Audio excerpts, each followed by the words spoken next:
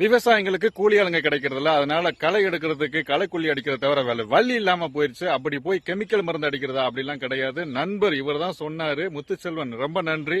நீங்க சொன்ன மாதிரி அந்த இயற்கை முறையில நான் அடிச்சு பார்த்தேன். 2 நாள் அந்த ரிசல்ட் கொடுத்துருக்கு. ரொம்ப நன்றிங்க. அது என்ன சொன்னாரு அப்படின்னா, அதாவது ஒரு 10 எலுமிச்சம்பழம், ஒரு டேங்குக்கு ஒரு 10 எலுமிச்சம்பழத்தை எடுத்து புழிஞ்சு விட்டுக்குங்க. அதுக்கப்புறம் ஒரு 2 கிலோ உப்பு, அவர் 1.5 கிலோ போட்டாரு. நான் 2 கிலோ போட்டேன். செம்மையா இருந்துச்சு, தரமா இருந்துச்சு. மாட்டுக்கோமி 5 லிட்டரு, அது எப்படியாவது யார்ட்டையாவது கொண்டு வந்து பிடிச்சி வச்சிருங்க. ஆனா செம்மையான முறையில அடிச்ச 2 நாள்ல அந்த ரிசல்ட் காமிச்சிருக்கு. அதாவது கெமிக்கல் அடிக்கும் போது மனசெல்லாம் பதறும், எதுவும் நிலம் கெட்டு போயிருமோ அப்படின்ட்டு. பட் அப்படிலாம் இல்லாம ரொம்ப நன்றி. ஆனா 11 மணிக்கு அடிங்க. அடிக்கிறவங்க 11 மணிக்கு அடிங்க. நல்லா உச்சி வெயில் அடிக்கும் போது அடிங்க. வெதர் கண்டிஷனை பார்த்துட்டு அடிங்க.